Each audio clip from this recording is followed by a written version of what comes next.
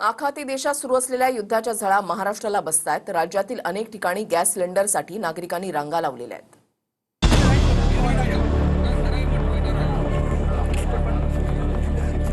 कांदिवलीमध्ये कपोल शाळेजवळ घरगुती गॅस सिलेंडरसाठी लांब रांग लागली। ओटीपी आलेल्या ग्राहकांनी ही रांग लावली आहे। त्यामुळे इतर ग्राहकांचं काय असा प्रश्न उपस्थित होतोय। ओटीपी आया हुआ है। ओटीपी आने के बाद भी आपको लाइन लगाना पड़ा। तिकडे नवी मुंबईच्या सानपाड्यात घरगुती गॅस सिलेंडरसाठी 3 किलोमीटर पर्यंत रांग लागली आहे। एक ते 10 जो मिसिंग असेल नंतरला त्याला भेटणार बघा तुमचे टोकन आहे तुम्हाला भेटणार फक्त लाईनीचा जो धक्काबुक्की केली गोंधळ केल्याच्या व्यक्तीला डायरेक्ट बाहेर।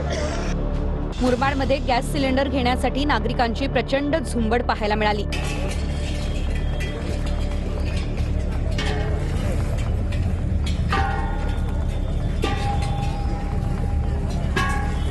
रत्नागिरीमध्ये गॅस सिलेंडर मिळवण्यासाठी 50 ते 60 ग्राहकांनी मोठी रांग लावल्याचं पाहायला मिळालं।